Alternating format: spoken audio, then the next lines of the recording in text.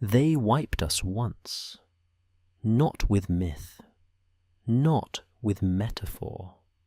The Sumerian tablets describe a civilization that broke the system, triggered a catastrophic reset, and was erased so completely that even memory didn't survive, and the Anunnaki stayed behind to start over. If that record is real, then we are not the original humanity. We're the replacement, and the texts hint the cycle is starting again. The problem isn't translation. Cuneiform was deciphered in the 19th century. We know what the Sumerians wrote. The problem is interpretation. Why would the world's first bureaucrats record gods the way they recorded taxes? In this examination, we'll trace 10 claims preserved in cuneiform that archaeology cannot confirm and cannot dismiss. We'll follow rulers who reigned for tens of thousands of years. Or we'll witness kingship described as something that descended from heaven rather than rising from human ambition. We'll encounter gods who didn't behave as all-powerful. They starved, panicked, and fled disasters they couldn't control. We'll uncover records suggesting civilization was inherited, not invented. And we'll explore why the world's first record keepers preserved a past that refuses to fit our definitions of history or mythology. Before we descend deeper, ignite that like button and tell me in the comments where you're listening from and what time it is there. And as always with our content, the visuals are here to add context. But they aren't necessary to follow along. So whether you're watching closely or just listening in, settle in and let the outside world fade for a while. Thank you for always having our back. Prepare yourself. Let's dive in. Introduction: Bureaucracy before myth. To understand why these Sumerian claims unsettle modern scholarship, you have to forget the epic poems first. Forget Gilgamesh. Forget creation narratives. Start instead with something far more disturbing. Bookkeeping. Around 3200 BC, in the mud brick cities of southern Mesopotamia, scribes began pressing reed styluses into soft clay, creating the world's first writing system. They weren't composing poetry. They were counting barley rations for temple workers, livestock inventories, labor assignments. The birth of writing was the birth of bureaucracy. These were administrators, not storytellers. Their professional survival depended on accuracy. A scribe who miscounted grain faced punishment. A scribe who falsified temple records faced worse. And yet, buried in the same archives that meticulously tracked every shekel of silver and every jar of oil, we find something that doesn't belong. Systematic records of beings called the Anunnaki, not described as symbols or lessons or forces of nature, but catalogued with names, genealogies, city assignments, and administrative hierarchies, treated exactly like the human officials whose grain rations filled the tablets around them. The problem isn't translation. Thousands of tablets have been read, cross-referenced, and published. We know what the Sumerians wrote. The problem is that what they wrote doesn't conform to any category we've built to contain it. It's too organized to be mythology, too strange to be history, are too consistent across centuries and cities to be dismissed as creative fiction. Consider what sits in the British Museum today. The Sumerian king list, composed around 2100 BC. It's formatted like a royal chronicle, city names, dynasty names, ruler names, reign lengths, cold, sequential, administrative. But then you read the numbers. The opening line states, without ceremony. After kingship descended from heaven, kingship was in Eridu. The first ruler listed is Alulim. His reign, 28,800 years. Not a mistranslation. 28,800 years. The second ruler, Alalgar, 36,000 years. The pattern continues through 8 rulers before the list adds, almost casually, then the flood swept over. After the flood, the numbers drop, but they remain impossible. At 1200 years, 900 years, 600 years. Only in the later dynasties do reign lengths begin approaching what a human lifetime could contain. Scholars have wrestled with this document for over a century. The comfortable explanations don't hold. If these were symbolic numbers designed to glorify kingship, why are they presented with the emotional weight of a tax ledger? If they were oral traditions inflated over time, why does the list maintain such rigid mathematical structure? Why does every copy found from different cities, different time periods, preserve the same impossible numbers? And why does no Sumerian text ever explain them? There's no commentary, no footnote, no scribe adding, of course, these figures represent symbolic ages. The numbers simply sit there, carved into clay, as daring you to make sense of them. The king list isn't an isolated anomaly. Across temple hymns, cosmological texts, and ritual instructions, the Anunnaki appear not as vague divine concepts, but as named individuals with specific jurisdictions. Enki, fresh water, craftsmanship, wisdom. Enlil, wind, storm, political authority. Inanna, love, war, the evening star. Ninhursag, birth, fertility, the mountains. These weren't personified abstractions. They were assignments, territories, portfolios.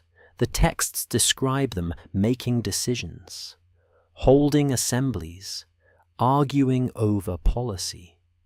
They describe them eating, sleeping, growing tired from labor. They describe them fearing the flood, not commanding it, but fleeing from it, starving after it, and swearing never to repeat the mistake.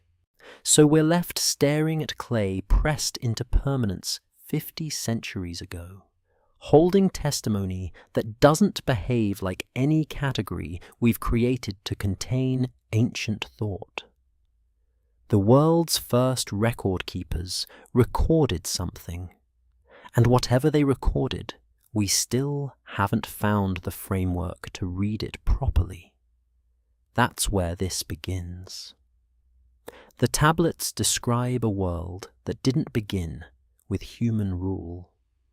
They describe a world where humans arrived late, after the structure was already in place, after kingship had been established, after someone else had already been in charge. This isn't buried in obscure fragments or damaged texts. It's explicit.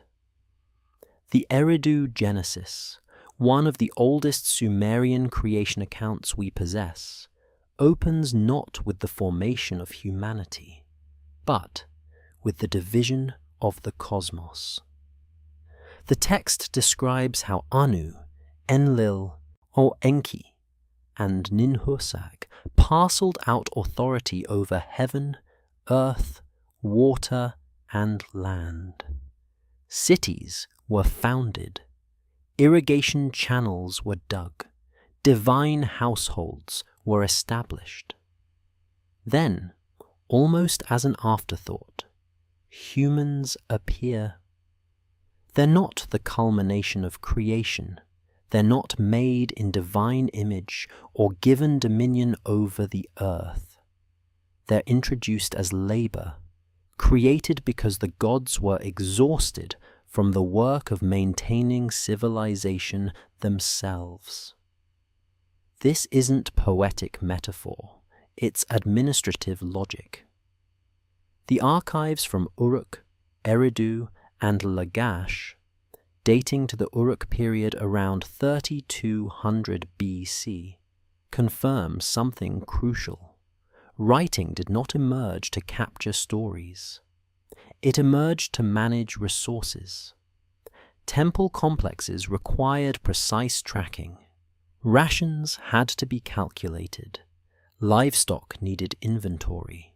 Land disputes demanded documentation.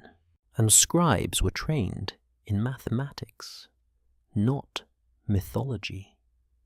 Their texts weren't creative, they were contractual. A miscalculation meant famine. A falsified record meant punishment. Yet in these same ledgers, among the barley counts and silver weights, the Anunnaki are listed. Not in hymns, not in ritual poetry, in administrative rosters, catalogued by name, assigned to cities, given jurisdictions as if they were regional governors overseeing infrastructure. Enki is listed as overseer of the Absu, the freshwater aquifer beneath the earth. Enlil holds authority over wind and political order. Ninhursag governs the mountains and birth. There is no symbolic framing, no disclaimer that these are representations of natural forces. The text simply assigns them roles, the way it assigns rations to workers. This creates a problem modern scholarship hasn't resolved. If the Sumerians understood these beings as metaphors for nature or abstract principles, why didn't they write them that way? Why use the same administrative tone for divine governance that they used for grain distribution? The tablets offer no explanation. They simply record. And they record with precision. Consider the surviving administrative documents from Lagash, around 2400 BC. Among economic transactions, we find references to offerings made to specific Anunnaki, not generic prayers, specific allotments. Grain for Enki's temple, beer for Inanna's household, oil for Ninhursag's shrine. Measured, accounted for, audited, the same exactness applied to divine rations as to human ones. This isn't the language of worship, it's the language of obligation, as if these beings required sustenance the way officials required payment. As if the relationship between humanity and the Anunnaki wasn't devotional, but transactional. The deeper you go into the archives, the stranger the consistency becomes. Different cities, different dynasties, different scribes separated by centuries. Yet the same names appear, the same jurisdictions, the same bureaucratic treatment. No variation in tone, no shift from mythic to historical writing, just continuous documentation, as if recording an ongoing reality that required the same precision as taxation. Which brings us to the question no tablet answers. If the first scribes were obsessed with accuracy, if their professional survival depended on getting the numbers right, what happens when we examine the most structured document they left behind? Of the one that lists rulers, dynasties, and reign lengths with the cold precision of a census, the one that begins with the phrase, "After kingship descended from heaven," the one that records rulers who reigned for tens of thousands of years and offers no explanation why. The document sits in the British Museum under catalogue number WB444, a clay prism, 4 sides, vertical columns of cuneiform pressed into its surface around 2100 BC. It's called the Weld Blundell Prism, and it contains the most complete version of the Sumerian king list we've ever recovered. At first glance, it reads like any royal chronicle: city names, dynasty names, ruler names, reign lengths, sequential, administrative, familiar, until you reach the numbers. The opening entry is Alulim, first king of Eridu, a reign length, 28,800 years. His successor, Alalgar, 36,000 years. The third ruler, 30,000 years. The fourth, 28,800 again. 8 kings total, all with reigns stretching into the tens of thousands of years. And then the text states, without elaboration, then the flood swept over. No context, no explanation, just a chronological marker separating what came before from what came after. What makes this unsettling isn't the scale of the numbers, it's the precision. These aren't round figures invented to sound impressive. They're exact multiples of 600, a number with special significance in the Sumerian sexagesimal system, their base 60 mathematical framework. The same system they use to measure land, calculate grain yields, and track celestial cycles.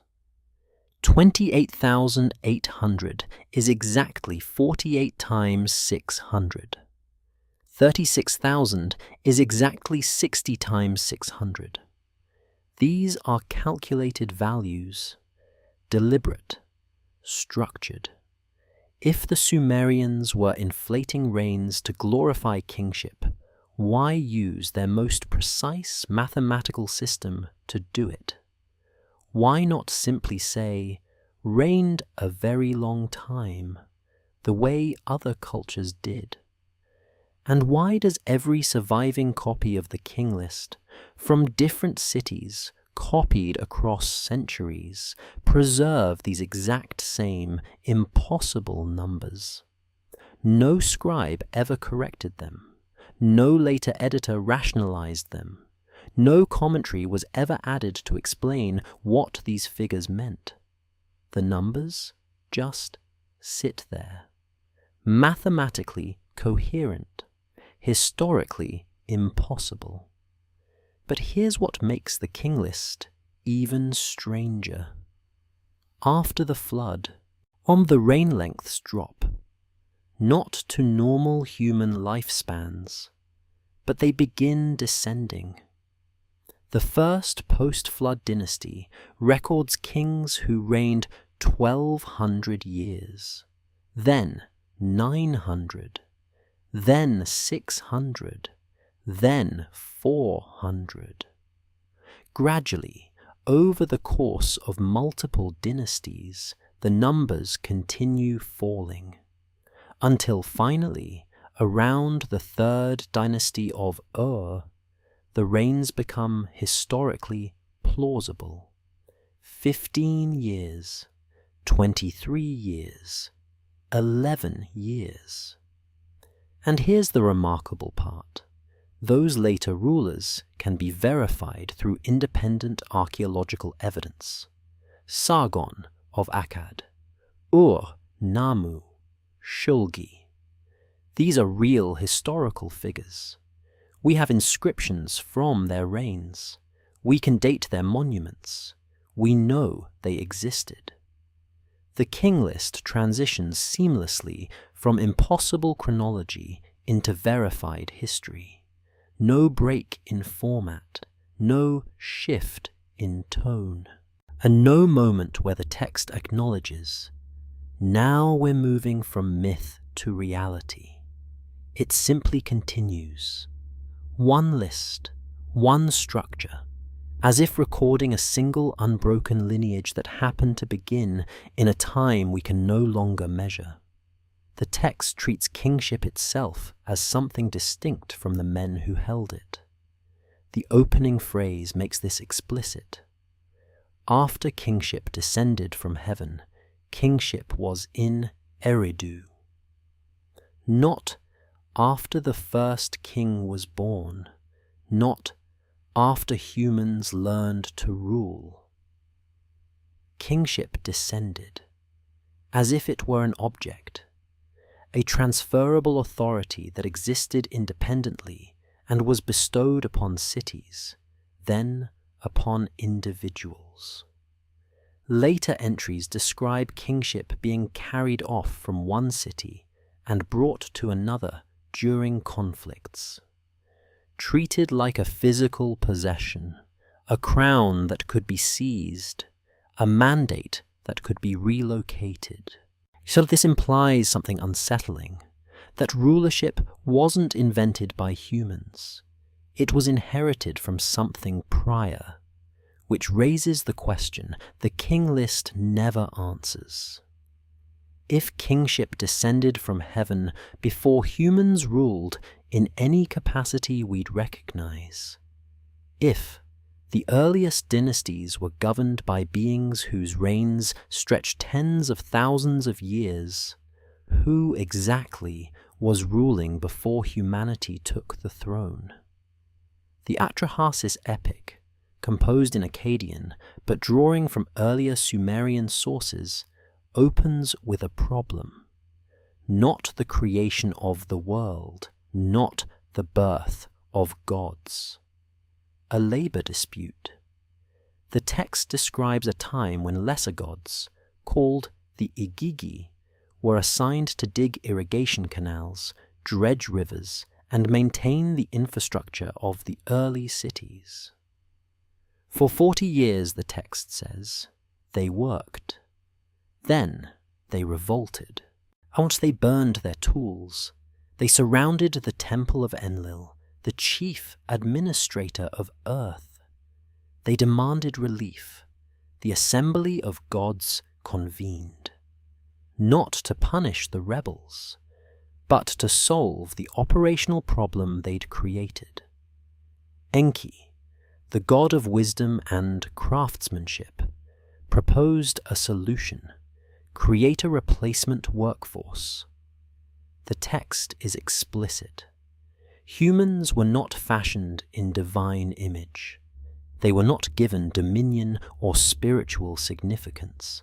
They were designed to assume the labor the gods could no longer sustain.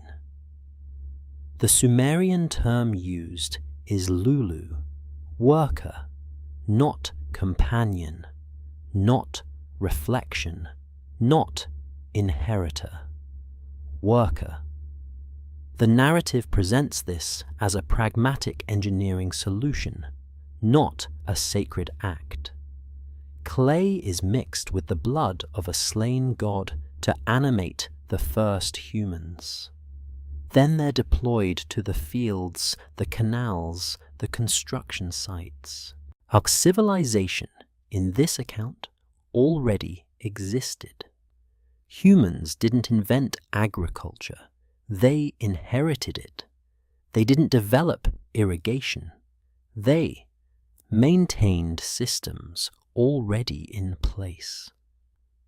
They didn't build the first cities, they populated structures that predated them. This inverts the narrative we've constructed about human history. We assume civilization emerged gradually.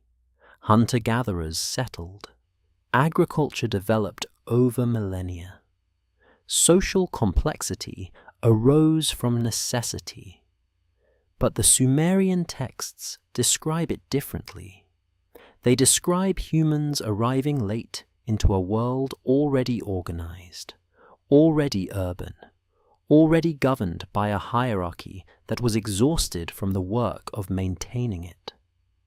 And here's where the tension deepens. Archaeology confirms that Eridu, the city named as the first seat of kingship in the king list, only dates to approximately 5400 BC. It's one of the oldest urban centers ever discovered. Excavations reveal planned layouts, irrigation channels, temple platforms, evidence of organized labor and resource management. The infrastructure existed, but there's no evidence confirming who or what built it first. The earliest occupation layers show human activity, but the texts insist humans were created after the cities were founded, after the canals were dug, after the system was already in place. So either the Sumerians misunderstood their own origins, or the archaeological record doesn't extend far enough back to capture what they were describing. The Eridu Genesis reinforces this chronology. It opens not with human genesis, but with the division of cosmic authority. Anu takes the heavens, Enlil takes the earth, Enki takes the waters, Ninhursag takes the mountains. Cities are founded, divine households established, agriculture initiated. Only then does the text mention humanity, briefly, almost incidentally, as a workforce created to relieve divine exhaustion. There's no celebration of human creation, no declaration of purpose or destiny. Just a functional note. The labor problem has been solved. This is not poetic, it's procedural. And it raises a question the texts never directly address.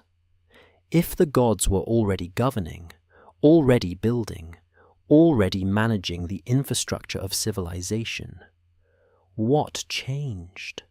What crisis became so overwhelming that these beings, described as powerful enough to control storms and floods, decided they needed to create an entirely new species just to handle the workload?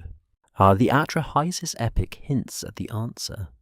It describes the gods growing weary, complaining, rebelling, striking, as if the work itself had become unbearable. But why? What were they building? What were they maintaining? What task was so exhausting that divine beings couldn't sustain it, and required humans to continue it in their place? The gods did not command the flood. They unleashed it, and then lost control. This is the detail most retellings omit. The moment where divine authority doesn't just weaken, it collapses. Tablet 11 of the Epic of Gilgamesh preserves the account. The god Enlil, angered by human noise disrupting divine rest, decides to eliminate humanity through catastrophic flooding. The plan is approved by the assembly of gods. But no one anticipated what would happen next. The text describes the flood escalating beyond expectation. The storm becomes so violent that the gods themselves panic. They flee to the highest heaven. They press against the outer walls like frightened animals. And then, something extraordinary. The gods begin to weep, not in sorrow for humanity, in terror for themselves. The goddess Ishtar cries out, lamenting that she agreed to the destruction. Other gods crouch in fear. The text says they cowered like dogs. This is not the language of omnipotence. This is the language of miscalculation. The Atrahasis epic adds another layer. After the flood subsides, the gods realize they've created a second crisis. Humans are gone, which means there's no one left to maintain the offerings, no one to perform the sacrifices, no one to provide the sustenance the gods depended on. The text describes them gathering around the first post-flood sacrifice like flies, starving, desperate, dependent. The god Enki confronts Enlil. He accuses him of acting without foresight, of destroying the very system that sustained divine existence. An oath is sworn. The gods legally bind themselves never again to unleash such total destruction, not out of mercy, out of necessity. They need humanity to survive. This is not theology, it's vulnerability. And it fractures the entire framework of divine governance the earlier texts established. If the Anunnaki were powerful enough to dig canals, establish cities, and govern civilization, how did they lose control of their own solution? If they were administrators managing a cosmic order, what does it mean that they couldn't manage a flood? The implications sit uneasily against the rest of the narrative. These beings are described as rulers, as engineers, as planners, yet they panic, they starve, they swear oaths to restrain their own behavior. They act less like gods and more like officials who made a catastrophic policy error. Now here's where archaeology enters. Excavations at sites across Mesopotamia, Shuruppak, Ur, Kish, have uncovered flood deposits, layers of silt, sterile sediment interrupting occupation layers, evidence of water events severe enough to disrupt settlement. These floods are real, but they're localized, regional, not global. The archaeological evidence confirms disaster, but not annihilation, which raises the question, if the physical flood was regional, why do the texts describe it as total? Or why does the king list divide all of history into before the flood and after the flood? Why does every major Mesopotamian tradition treat it as a civilizational reset? One possibility. The flood didn't destroy the world. It destroyed the world as the Sumerians understood it. the infrastructure they inherited, the system they maintained, the order they believed had always existed. Gone, not because water covered the earth, but because the structure governing it collapsed. And when the waters receded, something fundamental had changed. Kingship, the texts say, descended from heaven again. But this time, it descended to human rulers. The Anunnaki don't disappear from the record, but their role shifts. They become more distant, more indirect. Authority transfers. Not willingly, not ceremonially, but as a consequence of failure. The flood marks the moment divine administration ends and human governance begins, not because humanity earned it, but because the previous system proved unsustainable. The gods swore an oath never to repeat the mistake, but the texts never explain how they restored the order they shattered.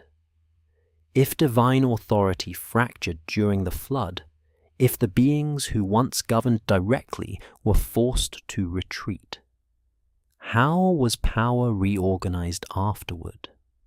And who decided humans were ready to hold it? After the flood, the king list records something strange. Kingship didn't emerge from the survivors. It descended again.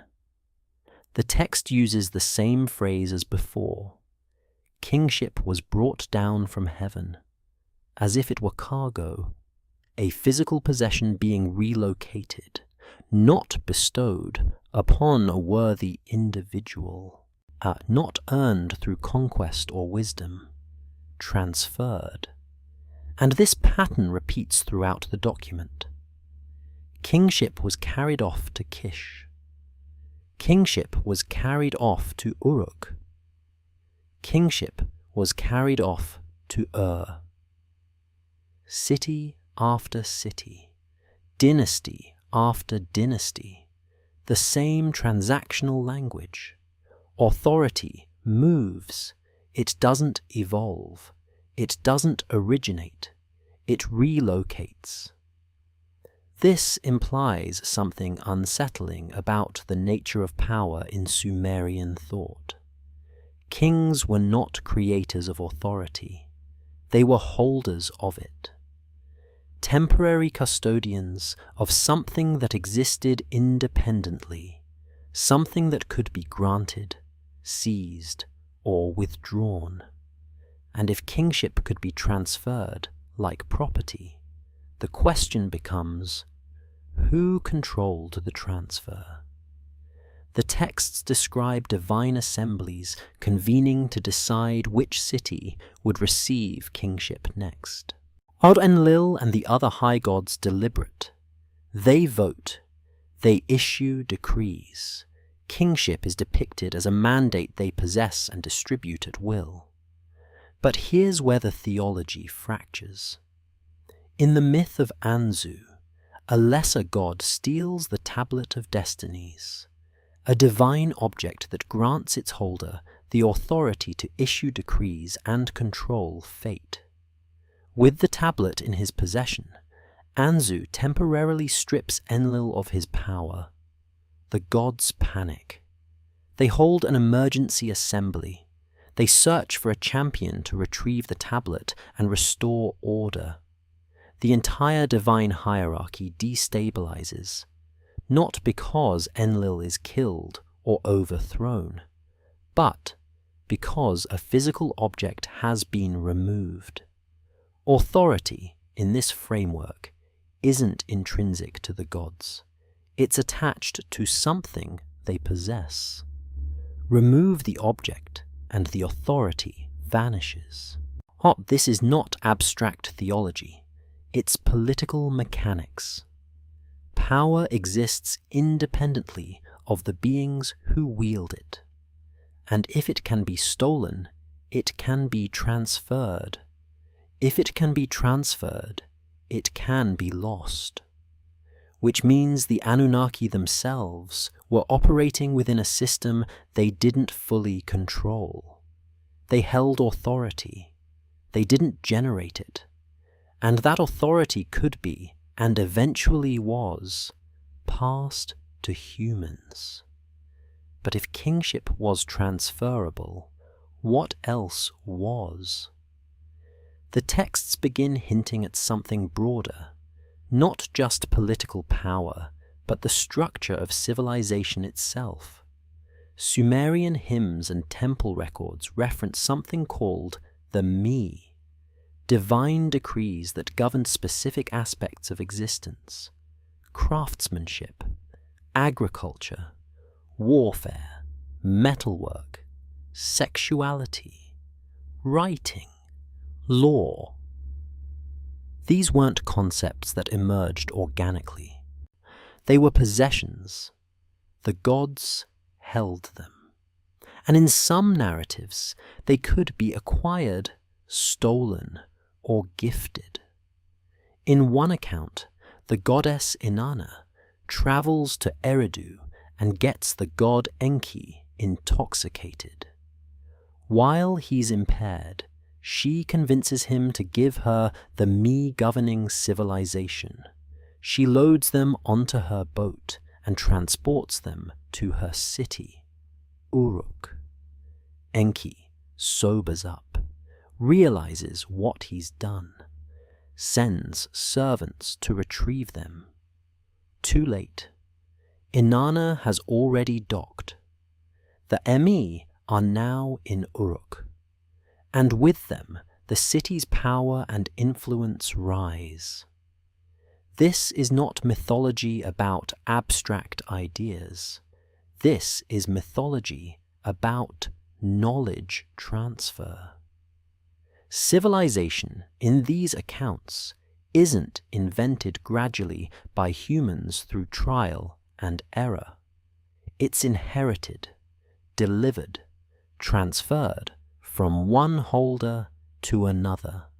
The framework already existed. The techniques already worked. The systems were already functional. Humans didn't develop agriculture. They received the me of agriculture. They didn't invent writing. They received the me of writing. They didn't create law. They received the me of law. Which raises a question the texts never resolve. If kingship could descend from heaven, if the tablet of destinies could grant cosmic authority to whoever held it, if the me-governing civilization could be loaded onto a boat and moved from city to city, then what exactly were these objects? And if knowledge itself could be transferred like cargo, where did it originate? Who created the system before it was handed down? The Sumerian word me has no exact translation. It's been rendered as divine decree, cosmic principle, cultural norm. But none of these capture how the texts actually treat it, because the me aren't described as ideas. They're described as objects. Temple hymns and mythological texts list over 100 distinct me, each governing a specific aspect of civilization or existence. The me of kingship, the me of priesthood, the me of metalwork, the me of writing, the me of warfare, the me of sexual intercourse, the me of law, the me of music, the me of truth, the me of descent into the underworld. Abstract concepts treated as possessions, and these possessions could be transferred. The most detailed account involves the goddess Inanna and the god Enki.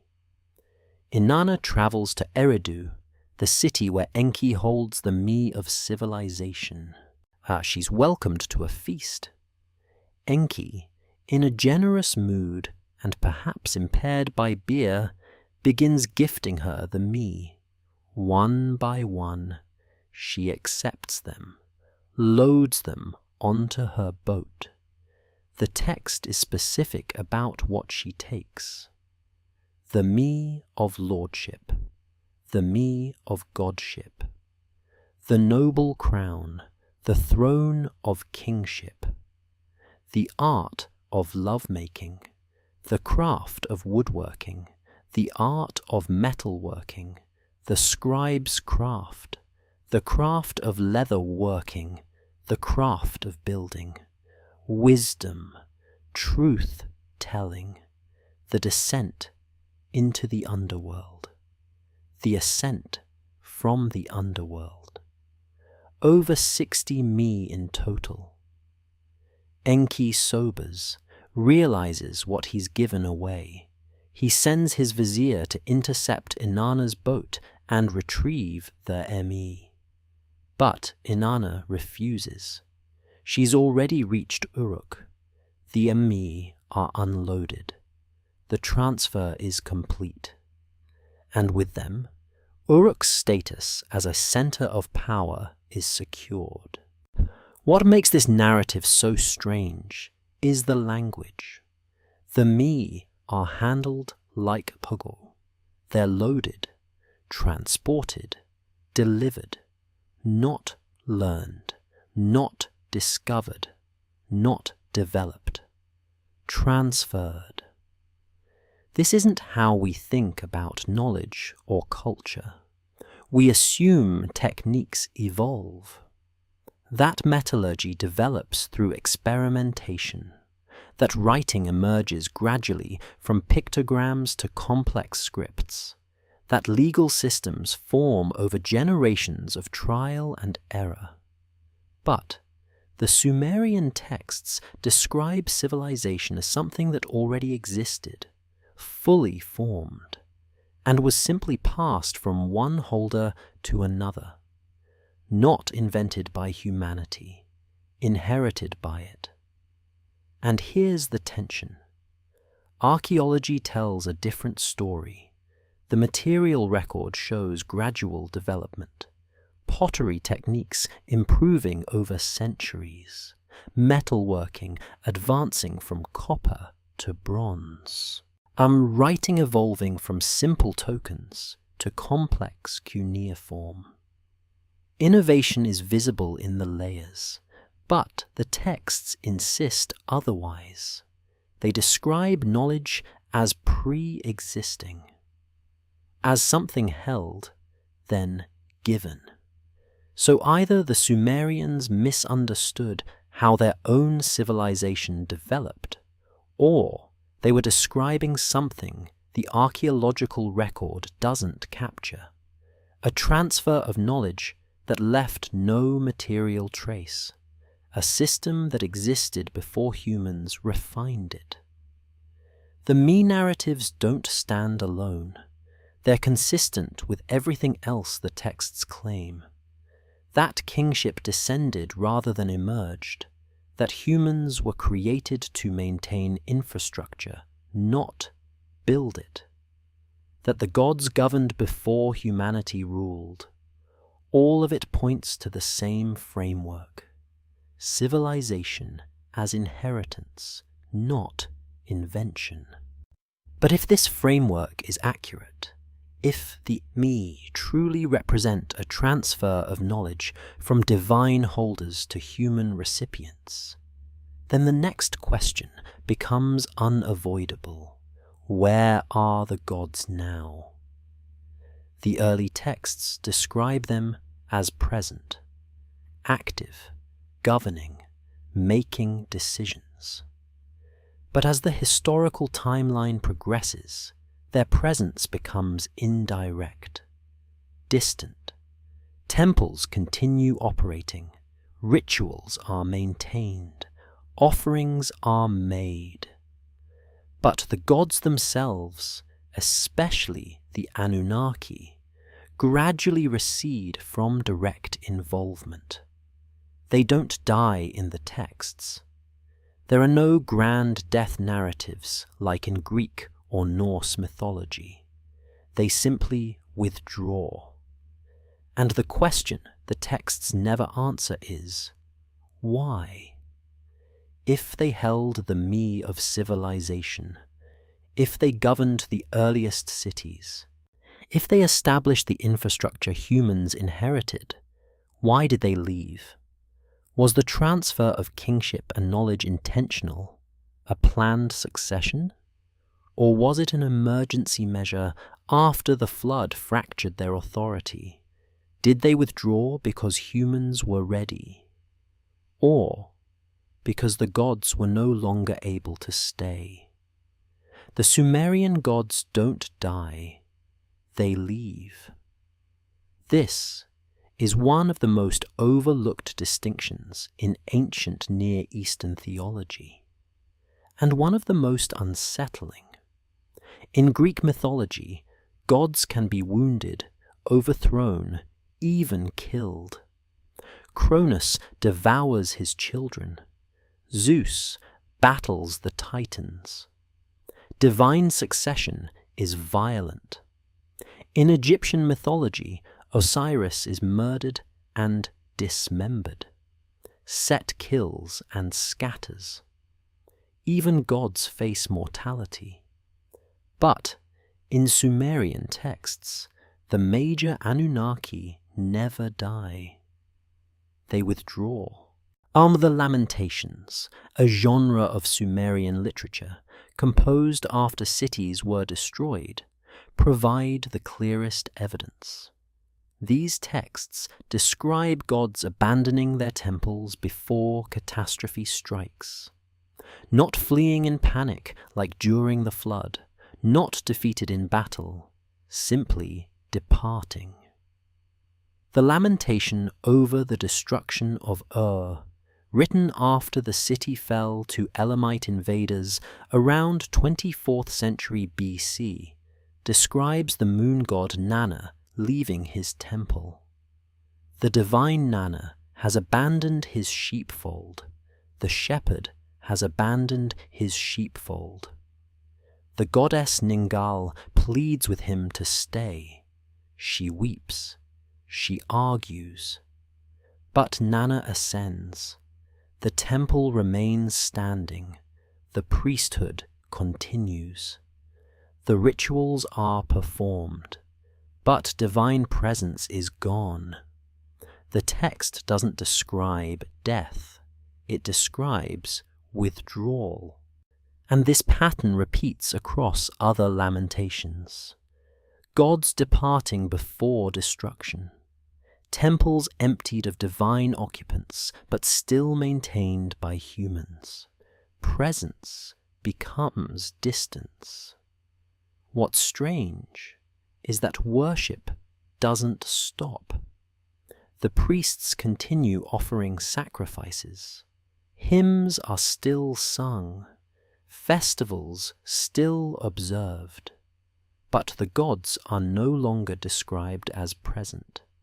They're invoked, petitioned, remembered, but not encountered. This creates a theological ambiguity that the texts never resolve. Are the gods gone, or simply removed? Have they ceased to exist, or have they ascended to a place humans can no longer reach? The language of the Lamentations suggests the latter. Gods don't vanish. They ascend to distant heavens. They return to realms beyond human access. Their temples remain sacred, not because the gods are there, but because they once were. This is fundamentally different from mythologies where divine presence is constant and direct. By the late Sumerian period, the relationship between gods and humans has shifted. Early texts describe gods walking among cities, holding assemblies, making decisions that directly impact daily governance. Later texts describe them as remote, mediated through priests, accessed through ritual rather than direct encounter. The infrastructure remains, the system continues, but the architects are absent. Some scholars interpret this as evolving theology, humans gradually abstracting their gods into more distant, transcendent forms. But the texts don't describe evolution, they describe departure. The gods left, and no text explains why. Were they disillusioned after the flood? Or did the transfer of kingship and the ME signal an intentional withdrawal, a planned handoff of civilization to humanity? Or did something force them to leave? The Lamentations hint at external pressures. Divine assemblies deciding cities should fall. Cosmic decrees issued from above that even city gods cannot override. As if the Anunnaki themselves were subject to higher authority, as if their presence on Earth was temporary, and the time for withdrawal had been determined elsewhere. But here's what makes this departure so difficult to categorize. The gods don't die. They don't fade into irrelevance. They don't merge into monotheistic abstraction. They remain named, remembered, revered. But they're no longer here. And the Sumerians, who recorded everything with bureaucratic precision, never explain where they went. Temples remain operational for centuries after the gods are described as having withdrawn. Rituals continue. Scribes copy hymns addressed to absent deities. The system persists without its original operators, which raises the question the texts leave unanswered. If the gods withdrew but never died, if their names, jurisdictions, and narratives were carefully preserved by generations of scribes, who was responsible for maintaining their memory? And why did it matter so much to keep their records intact, even after they were gone? By 2100 BC, the scribes copying the Sumerian king list were already working with ancient sources. We know this because they left notes. Colophons, scribal annotations at the end of tablets, reveal something crucial about how these texts were transmitted. The scribes weren't composing, they were replicating. One colophon reads, "Written and collated according to its original, a tablet of name damaged." Another, "Tablet written and checked, original tablet damaged." These are archival notes, quality control statements, evidence that scribes were copying from older, deteriorating tablets, and making every effort to preserve what remained, even when the content didn't make sense. The scribes who inscribed the king list around 2100 BC were already separated from the oldest entries by at least 1,000 years, possibly much longer, depending on when the original traditions were first recorded. They were transcribing numbers they could not verify, chronologies they could not explain, narratives that placed divine beings in administrative roles they no longer occupied, and yet they copied them exactly. No corrections, no rationalizations, no editorial notes saying, "This figure is symbolic," or "This reign length represents a dynasty, not an individual." Just faithful replication. which raises a fundamental question about scribal culture in ancient Mesopotamia. Why preserve what you cannot confirm? Scribes were not naive. They were trained professionals. Their entire function depended on accuracy and precision. They tracked grain to the bushel. They recorded temple inventories down to individual jars of oil. They calculated land measurements and tax obligations with mathematical rigor. They knew the difference between plausible numbers and impossible ones. So when they copied reign lengths of 28,800 years, when they transcribed narratives about gods digging canals and fleeing floods, they knew these didn't align with lived human experience. But they preserved them anyway. This suggests something important about their understanding of their role. They weren't authors. They were custodians. Their job wasn't to interpret or correct the past. It was to transmit it, even, perhaps especially, when the past resisted easy categorization. The same pattern appears across multiple text types. Temple hymns addressing gods who were no longer described as present, copied and recopied for centuries. Ritual instructions for offerings to Anunnaki, whose direct involvement had ceased, maintained in active temple archives.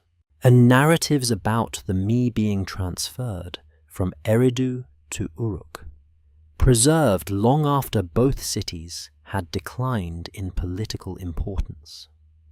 These weren't living traditions being updated to reflect current theology. These were historical records being archived. The scribes treated the Anunnaki the way they treated everything else, as part of the documented past that required preservation, regardless of whether it fit contemporary understanding. And this creates a strange kind of testimony, because the scribes weren't believers writing propaganda. They weren't poets inventing mythology. They were archivists maintaining records they had inherited, records they were professionally obligated to protect. Which means the impossible claims about the Anunnaki survived not because they were believed, but because they were documented. Now here's where modern scholarship finds itself in an uncomfortable position. Archaeology has confirmed much of what the Sumerians recorded.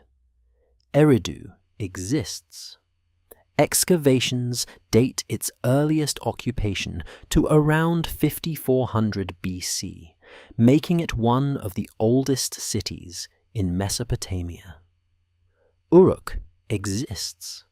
Its temple complexes, administrative buildings, and ziggurat foundations are still visible. The irrigation systems described in the texts can be traced in survey data.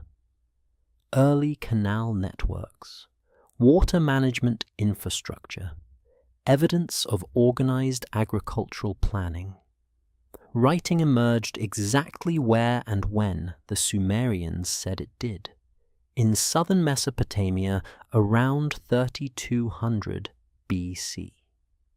The cities are real. The chronology of urban development is confirmed. And the technological progression from simple tools to bronze metallurgy is visible in the material record. But archaeology remains silent on the central claims. No evidence confirms that rulers reigned for tens of thousands of years. No evidence confirms that humans were created as labor replacements. No evidence confirms that kingship descended from heaven or that the Emi were transferred as physical objects. No evidence confirms the existence of the Anunnaki as anything more than mythological constructs. The physical infrastructure is there. The cities stand. The tablets survive. But the beings described as having built the original system, the ones who supposedly governed before humanity, leave no archaeological trace, which leads to two possibilities. Either the Sumerians fundamentally misunderstood their own origins, or the framework they were describing operated on a level archaeology cannot access. The scribes preserved records of a reality that doesn't align with material evidence. They copied impossible reign lengths. They archived narratives about divine governance and cosmic decrees. And they did so with the same bureaucratic precision they used for everything else. No apology, no disclaimer, no attempt to rationalize, just preservation. As if the truth of the records was less important than the act of maintaining them. As if their responsibility wasn't to make sense of the past, but to ensure it wasn't forgotten. The king list transitions seamlessly from mythic time into verified history. Our rulers with impossible reigns give way to historically documented kings like Sargon of Akkad. But the text never acknowledges the shift. It never marks the boundary between myth and history. It simply continues. One unbroken record. And the scribes who copied it saw no reason to intervene. They preserved the impossible alongside the confirmed, because both were part of the archive they had sworn to protect. Which brings us to the final tension. If the cities are real, if the writing is real, if the irrigation systems and temple complexes and administrative structures are all confirmed by archaeology, but the beings described as having established them leave no material trace, then what exactly are we missing? Is it evidence that hasn't been found yet? Or is it a category of evidence archaeology isn't designed to detect? Are the scribes' archived testimony they couldn't verify? They preserved chronologies they couldn't explain. And they did so because, to them, the past was not a narrative to be shaped. It was a record to be protected, even when that record defied comprehension. There is a moment in the Sumerian king list where everything changes, and the text never acknowledges it. Somewhere between the impossible and the plausible, between rulers who reigned for millennia and kings who ruled for decades, the document crosses a boundary, but it does so silently. No transition phrase, no editorial comment, no explanation that we are now entering verified history. The list simply continues. And that silence is perhaps the most unsettling detail of all. Let's trace the progression. Just the earliest entries record rulers with reigns stretching tens of thousands of years. 28,800, 36,000, 43,200. After the flood, the numbers drop but remain impossible. 1,200 years, 900, 840. Then, gradually, the reigns shorten. 600 years, 420, 300. By the time we reach the third dynasty of Ur, around 21st century BC, the numbers become historically plausible. Ur-Nammu, 18 years. Shulgi, 48 years. Amar-Sin, 9 years. And here's what archaeology confirms. These later rulers are real. We have inscriptions bearing their names. We have dated monuments from their reigns. We have administrative tablets recording their policies. But the king list transitions from mythology into history, except it never signals the transition. It treats Alulim, who reigned 28,800 years, with the same documentary tone as Shulgi, whose 48-year reign can be independently verified. Same format, same structure, same bureaucratic precision, as if both were equally historical, which forces us to confront an interpretive problem modern scholarship has never fully resolved. If the later entries are accurate, and we know they are, what does that say about the earlier ones? Were the scribes simply more careful with recent history and careless with distant traditions? Or were they applying the same archival standards to both, and we're the ones struggling to understand what kind of record this actually is? The archaeological evidence is clear on what it can confirm. Eridu, listed as the first city to receive kingship, has been excavated. Occupation layers date back to approximately 5400 BC. The site contains temple platforms, evidence of irrigation, urban planning that suggests centralized organization. Uruk, another city prominently featured in the king list, shows continuous occupation and monumental architecture dating to the late 4th millennium BC. The flood is attested in the stratigraphic record.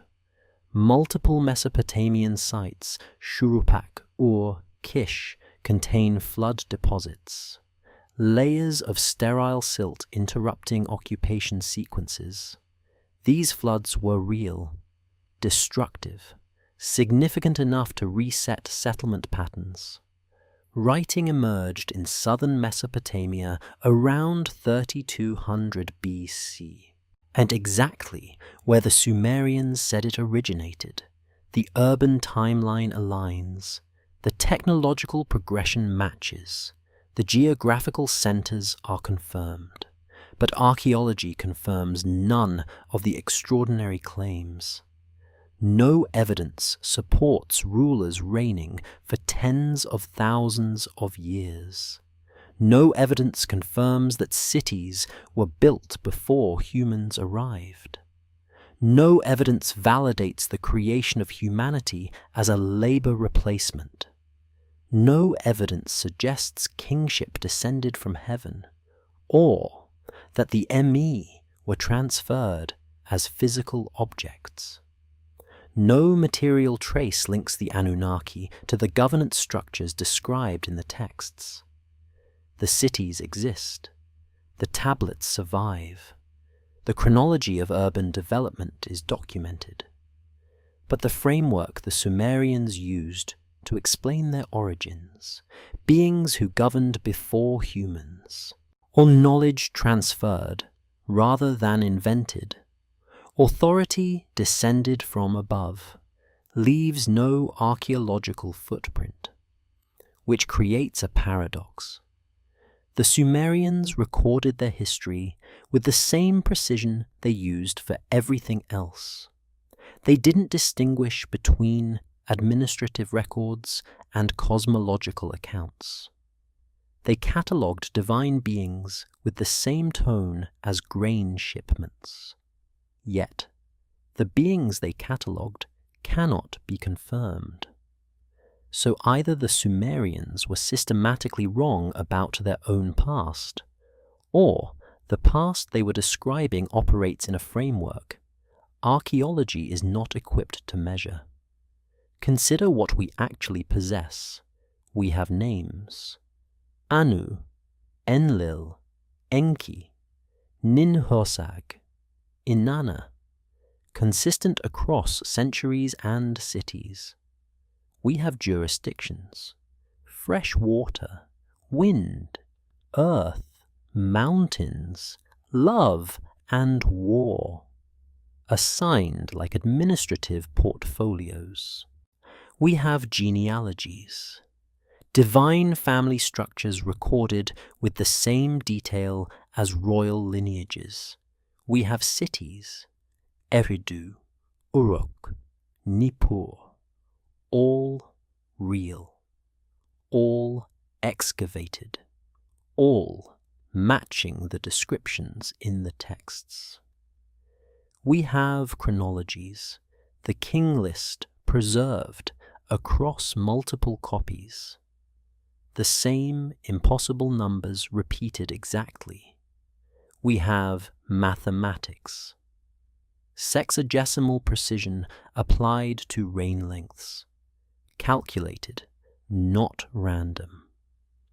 We have administrative format, no poetic framing, no symbolic disclaimers, just documentation.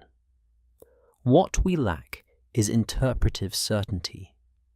We don't know if these records describe literal history, symbolic history, inherited tradition, misunderstood chronology, or something else entirely. The Sumerians left no explanation.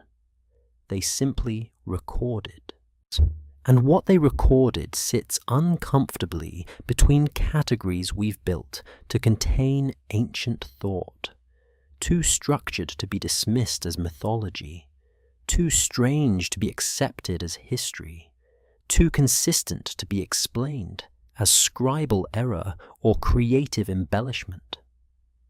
The king list is not an isolated text. It was copied repeatedly across Mesopotamian history.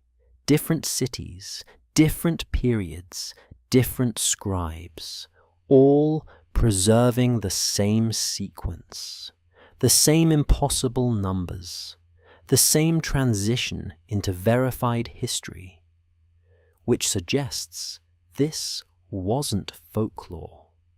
It was a historical framework the Sumerians considered authoritative. But here's the deepest tension. If we accept the later entries as accurate, and we must, because they align with independent evidence, then we have to explain why the same document, using the same format, had become suddenly unreliable in its earlier sections. Was there a point where scribal standards changed, where precision gave way to exaggeration? The text offers no indication of such a shift. Or is it possible the earlier entries are recording something real, but in a way we don't yet understand how to read? The Sumerians measured time differently than we do. Their sexagesimal system operated on multiples of 60. Their calendars were lunar, not solar. Their sense of historical scale may not align with ours, but even accounting for different measurement systems, the numbers remain impossible by any biological or archaeological standard. 28,800 years is not a miscalculation. It's not a symbolic placeholder. It's a precise figure recorded with mathematical consistency. And it describes something we cannot verify. Meanwhile, the cities the texts describe, built by divine labor, governed by the Anunnaki, organized before humans arrived, exist. They are real. Eridu, Uruk, Nippur, Lagash. The infrastructure is confirmed. The irrigation systems are documented. The urban planning is evident. But if the Sumerians were wrong about who built them, why are they right about everything else? Why does the list of cities match archaeology? Why does the development timeline align? Why does the emergence of writing, the progression of technology, the evidence of organized governance, all correspond to what the texts describe. Only the identity of the builders is missing from the material record, and that absence creates a gap modern scholarship cannot fill with certainty. And we're left staring at testimony that doesn't behave like mythology, doesn't read like history, and doesn't align with archaeology, yet survives in multiple copies, preserved with bureaucratic care, copied by scribes who maintained professional standards of accuracy. The Sumerians recorded 10 claims about the Anunnaki that we cannot confirm. Not because the texts are unclear. They are remarkably clear. Not because the records are inconsistent. They are remarkably consistent.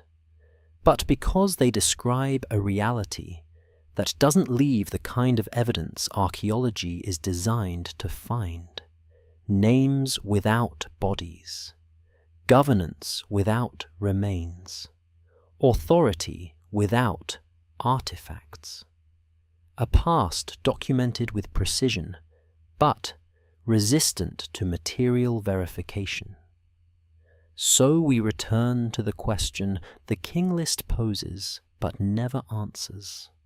If the document transitions seamlessly from impossible chronology into verified history, if it treats both with the same administrative tone, if scribes copied it for over 1,000 years without correcting the earlier entries, then what exactly were they preserving? Did the Sumerians misunderstand their own past?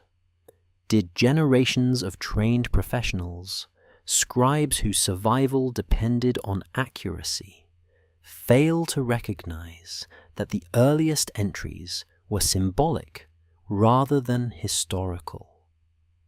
Or are we misunderstanding the framework they used to record it? Are we applying modern categories, myth, history, religion, science, to a civilization that didn't think in those terms? The Sumerians didn't separate the sacred from the administrative. They didn't distinguish between cosmic governance and urban management. They recorded everything as documentation. And what they documented continues to resist the boundaries we've built to contain it. The tablets remain. The cities stand.